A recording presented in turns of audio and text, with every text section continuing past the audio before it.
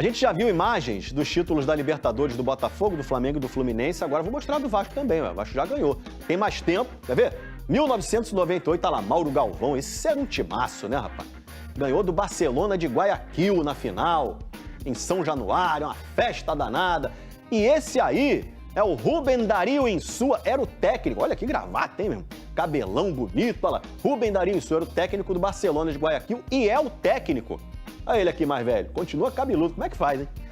É o técnico do Barracas Central, que é o adversário do Vasco no jogo de hoje. Aí, que inveja. E o Pedrinho, olha lá, o presidente do Vasco atual, era jogador do Vasco em 98, magrinho, olha lá. Novinho, Pedrinho. Jogava pra caramba, meu irmão. Hoje ele tá agora mais forte, né? Ganhou alguns quilos de massa muscular, deu uns tapas na estética também. Nosso presidente Pedrinho, um abraço pra você, grande Pedrinho. Então, gente, o Vasco pega o Barracas Central hoje na Argentina, time todo misturado. Renato Gaúcho não vai, ficou no Rio. O que será que os vascaínos acharam disso? Queria te ouvir. Vasco perdeu o clássico no final de semana, estreia na Sul-Americana. O Renato Gaúcho nem viajou com o time, vai com o time reserva. O que você tá achando disso?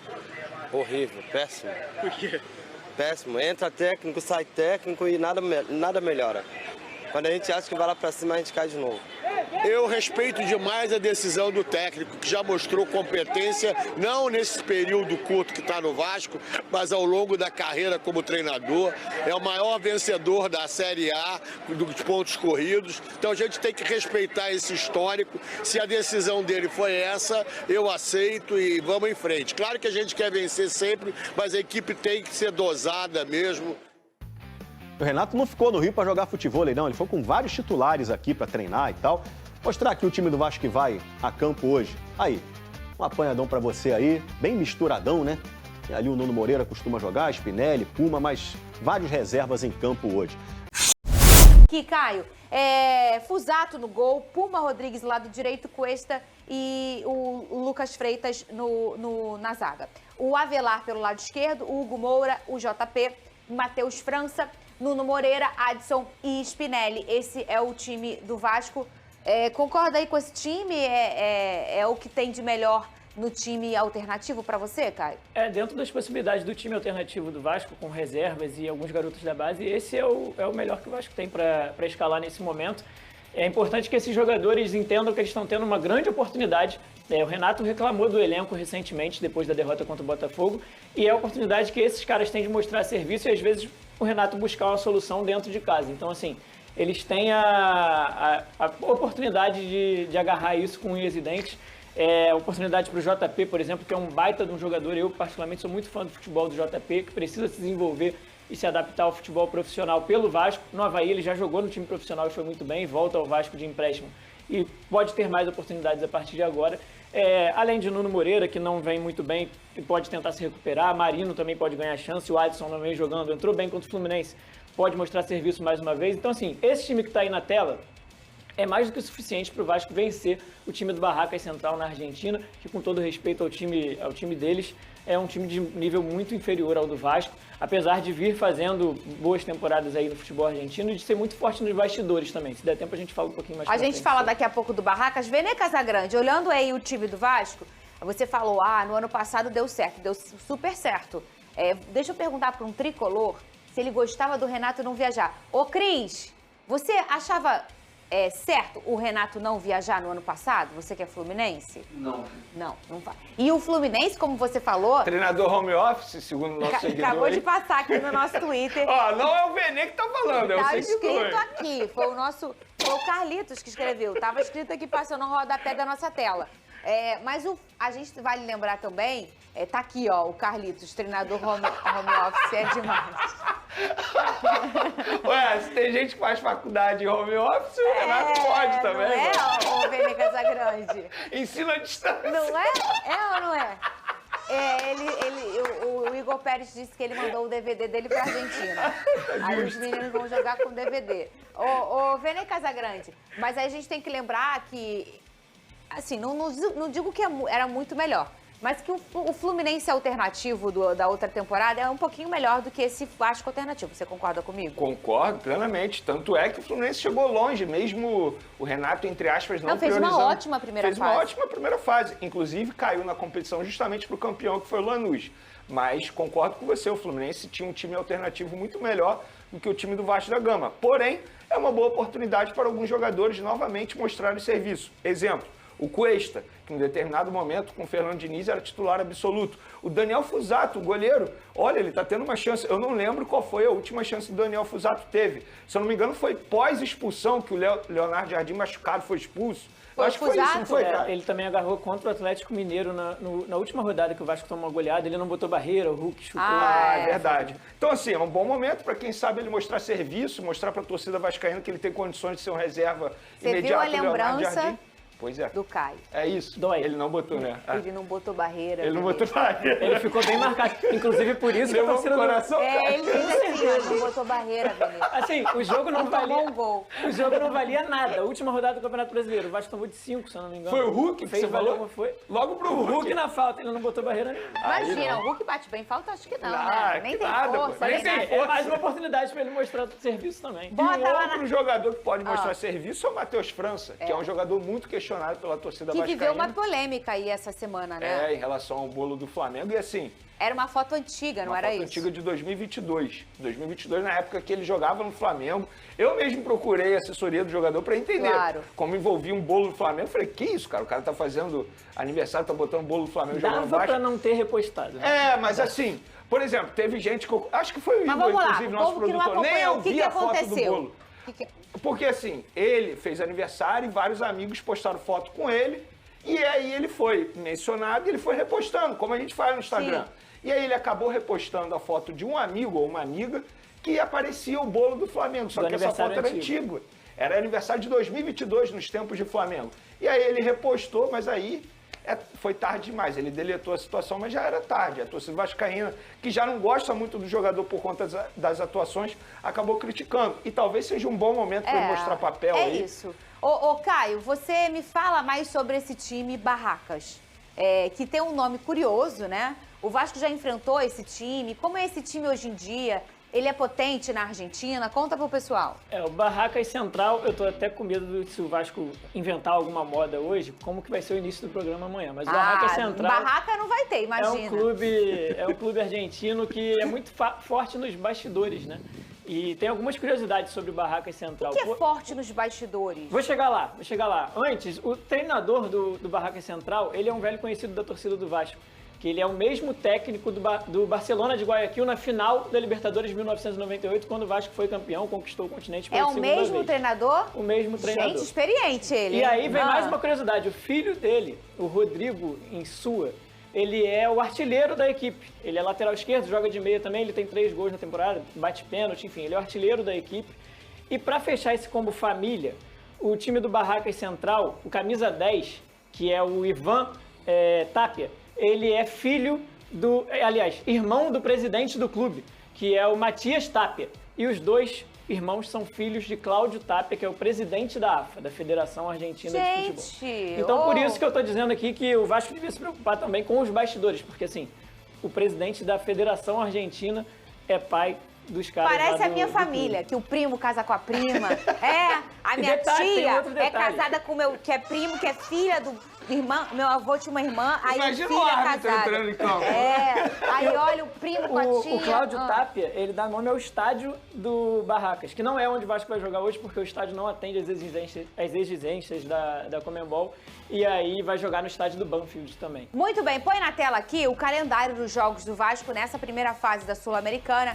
A gente vai colocar aqui, pode anotar aí o vascaíno. Terça-feira, hoje, às 7 da noite, Barracas Central e Vasco, esse jogo na Argentina. Terça-feira que vem, dia 14, às 9 da noite, Vasco e Audax Italiano, isso em São Januário. Na quinta-feira, no dia 30, também em São Januário, às 19 horas, Vasco e Olímpia. Quarta-feira, agora a gente já está em maio, dia 6, às 19 horas, Audax Italiano e Vasco, jogo fora de casa. Na quarta, dia 20, do 5 às 19 horas, Olímpia e Vasco. Vasco vai até o Paraguai. E na outra quarta, do dia 27 de maio, aí fechando a primeira fase em casa, 9h30 da noite, o Vasco abre e fecha a primeira fase contra o Barracas Central. Esse jogo fora de casa e o próximo jogo, o último jogo, dentro de São Januário. E agora vamos falar de outra polêmica.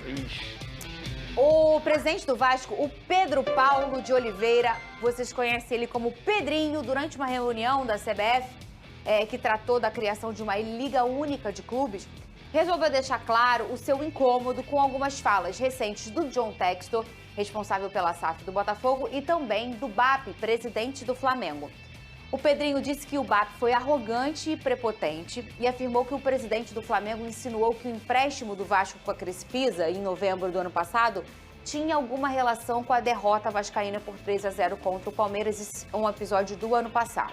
Em relação ao Textor, o Pedrinho disse que o americano desrespeita o clube de São Januário ao fazer bravata, né? Falar algumas coisas assim, como a moda antiga, quando os antigos mandatários falavam. Vamos ouvir o que o Pedrinho falou exatamente e rodou.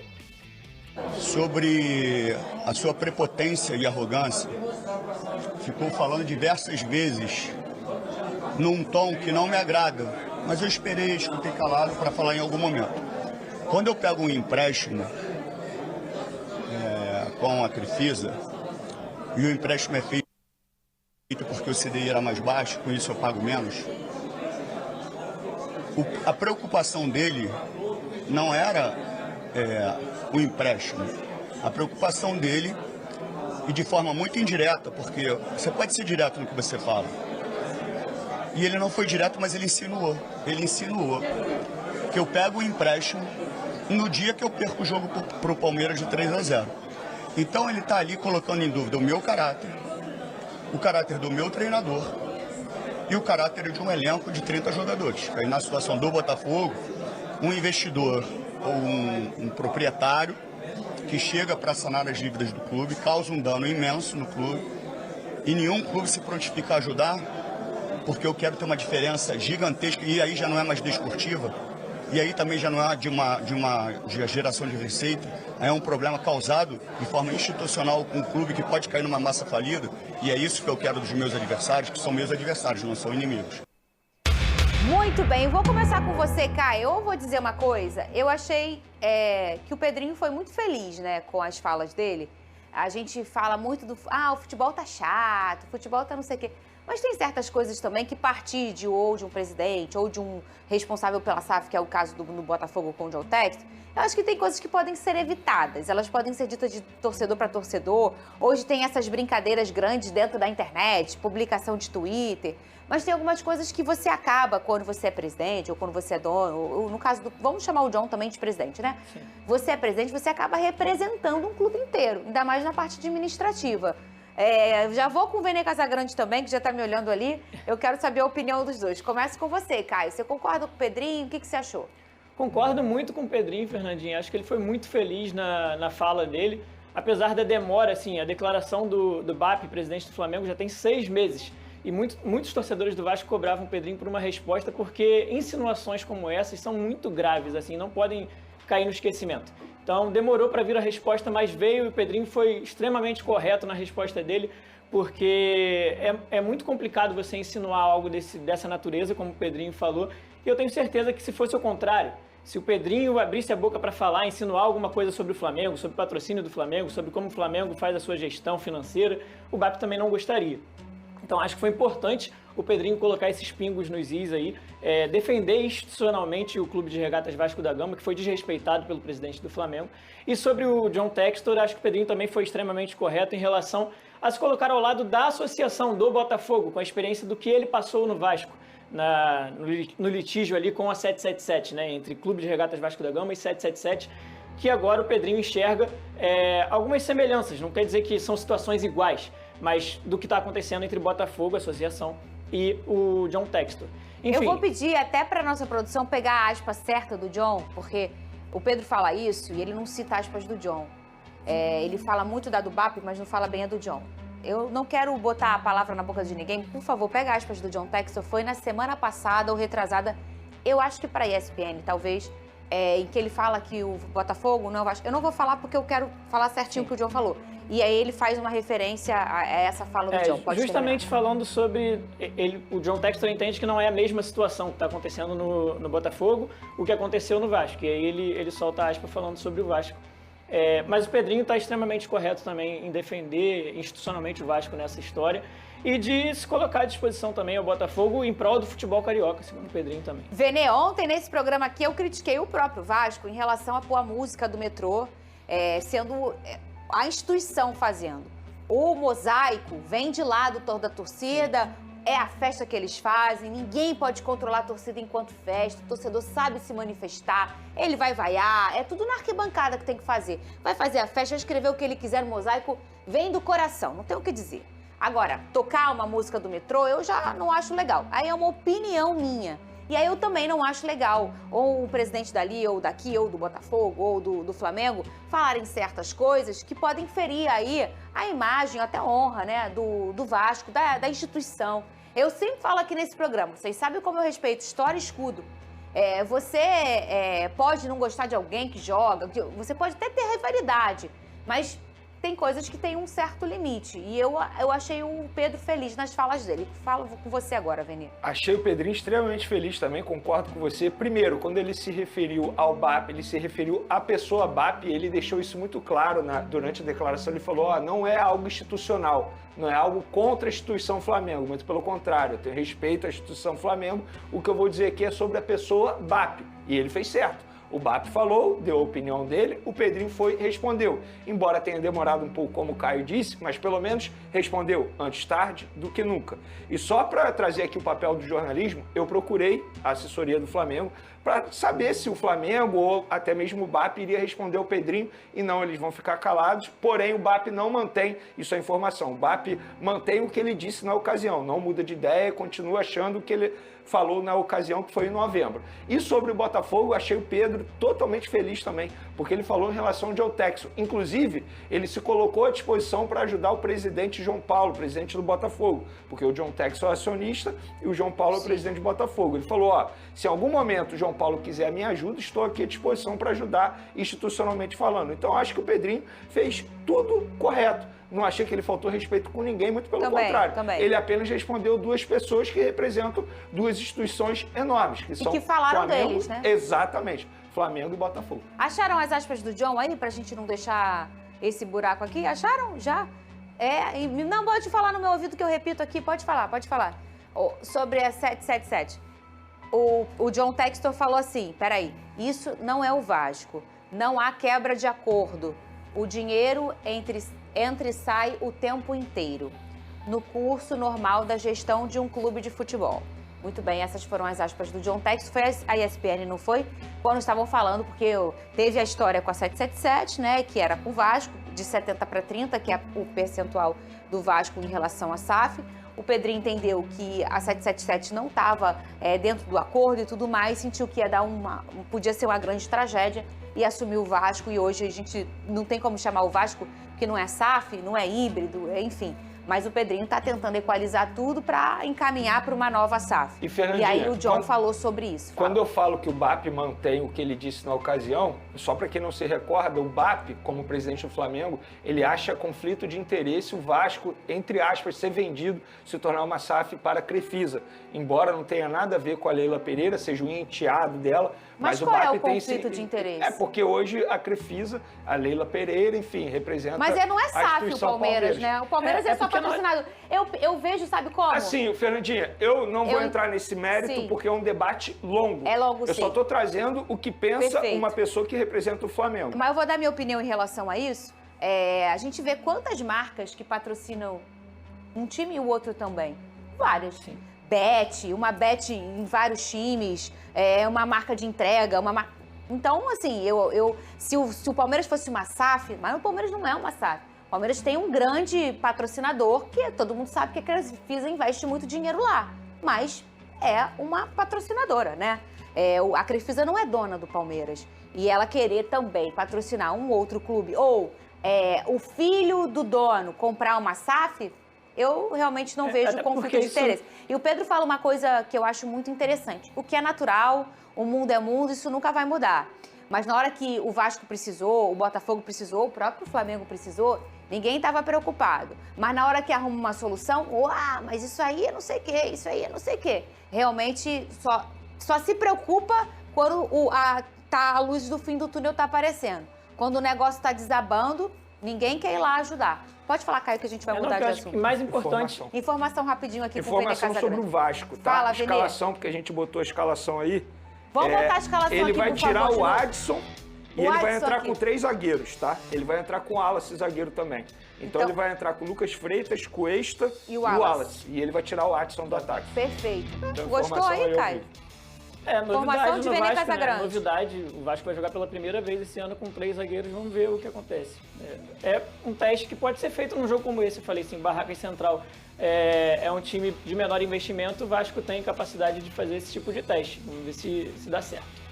Ai, será que é necessário, Vene Casagrande? A gente foi penta com 3 zagueiros, mas é realmente uma coisa que me assusta. Meu time agora tava com 3 zagueiros. Pergunta se eu tava gostando.